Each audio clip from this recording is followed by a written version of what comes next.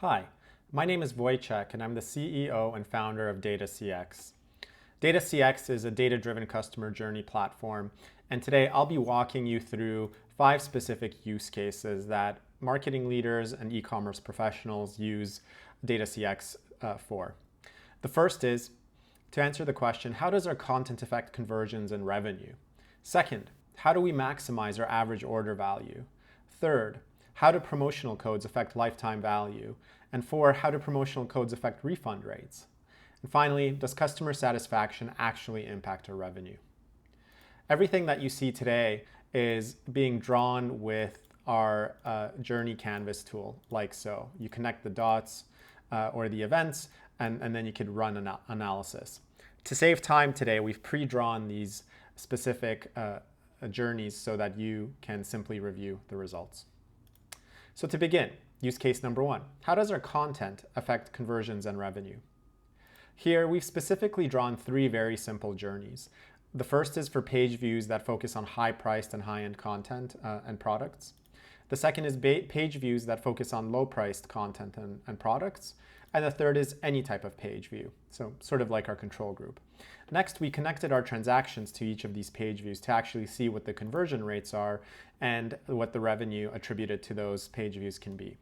So you'll see right off the bat that about 52.84% of people who look at the high-end, high-priced content actually convert. And they do so within about 2 hours, which is pretty quick, and for a total revenue generation of $300,000.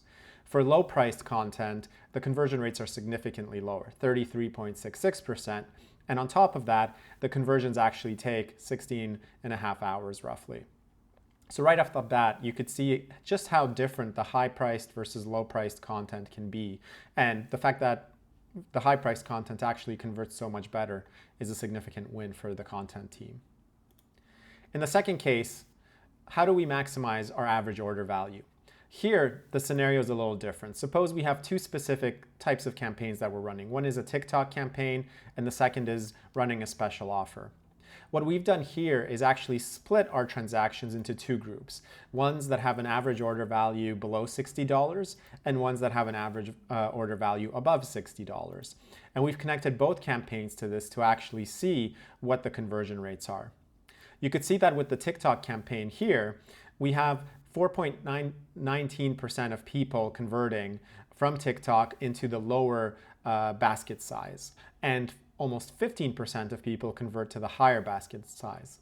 In the case of the special offer, the conversion rates are roughly the same, 24.3% and 24.14%.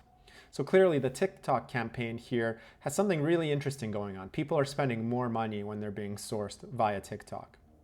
The other piece that we added here is a second transaction stemming from this one. The reason that we did so is we wanted to see whether there's any sort of pattern or drop-off between these 2 types of transactions, i.e. whether people who spend less are less likely to convert or people who spend more are more likely to convert. And the news here is that 36% of people in either case transact into a second time. So the average order value doesn't actually have an impact on longer purchase patterns or trends. Third, how do promotional codes affect lifetime value? What we've done here is we've actually split out 3 different types of promotional codes. In this case, the e-commerce retailer has a 5% off your first purchase promotional code, 10% off your first purchase, and 25% off your first purchase. So we've built out each of these separately based on the promotional code that you see here. And then we've connected a second transaction and a third transaction to each of these journeys.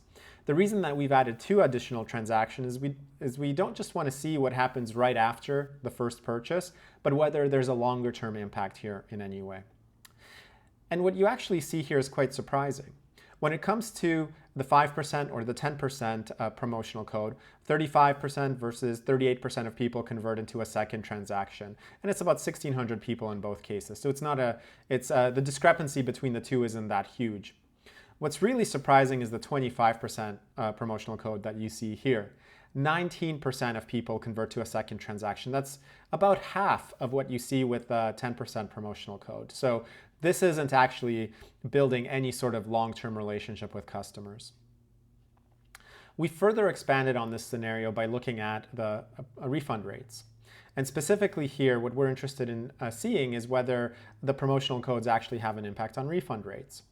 All we've done here is added a refund action here that you could see and connected all of the 3 transactions from the promotional codes. The story is even more negative here when it comes to the 25% off promotional code.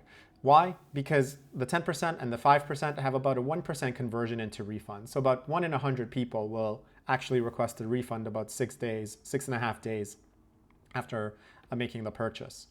However, when it comes to the 25% off promotional code, 8% of people are actually requesting a refund. That's 8 times higher than these 2 promotional codes. So not only does this specific promotional code lead to fewer people staying customers within our e-commerce retailer, but significant amount of them is actually requesting refunds as well. So the conclusion here could be, let's get rid of this promotional code altogether. Finally, use case number 5. Does customer satisfaction impact our revenue? In this case, what we've done is we've built a journey from page view to transaction, and then split the transaction up with a follow-on survey. People who have specifically set their promoters when it comes to net promoter score for this specific retailer versus detractors. The specific question would be, on a scale of 1 to 10, how likely are you to recommend the brand to a friend or a colleague?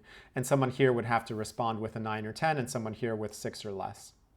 So of course, the first concerning issue is that 21% of people transacting actually are detractors versus 6.5% being promoters. However, that doesn't actually show us any sort of revenue impact. What's particularly negative when it comes to revenue is that the detractors, only 19% of them go on to have another transaction. So not only are there significantly more detractors, but of those, very few actually go on to make another purchase, versus the promoters, 54% actually go on to have a second transaction with us. So here you could very clearly see that encouraging a good customer experience and increase in customer satisfaction is extremely important for this brand. So those are 5 examples, for use cases when it comes to using DataCX to achieve your e-commerce and marketing analytics goals. If you have any questions, or if you have any thoughts or other types of use cases you'd like us to address, don't hesitate to reach out. Thank you so much.